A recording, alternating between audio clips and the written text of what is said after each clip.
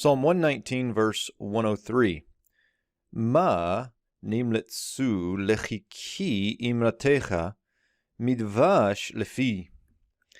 So here we get the interrogative ma. Notice it points like the definite article, something that you probably learn very on in your elementary Hebrew work. So we have the interrogative ma.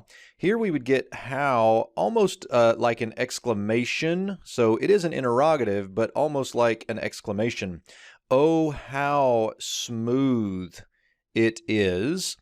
Something of that nature. We do have here, the verb is a nifal.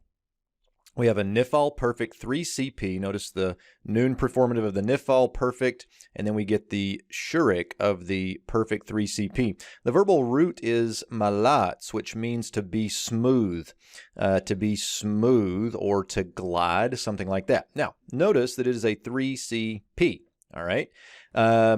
Down here, we get what would be formally the subject, imratecha, your word, but notice it's a singular. Now, the Greek, the Syriac, the Targums, all of these will make this form a plural to kind of match the plural verb here.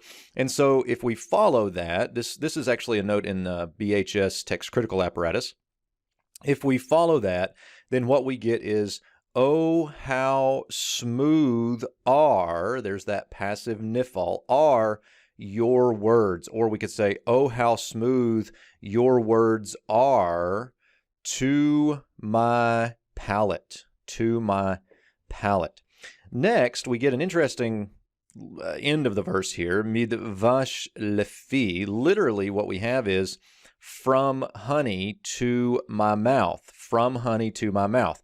Now, the min preposition right here is what I would call a comparative min, but what it is comparing has been left null right here. I think the comparison in good parallel fashion is the smoothness of God's word versus the smoothness of honey going into the mouth. And so what you end up with is something like this. Oh, how smooth are your words to my palate, smoother than, there's the comparative, smoother than honey to my mouth.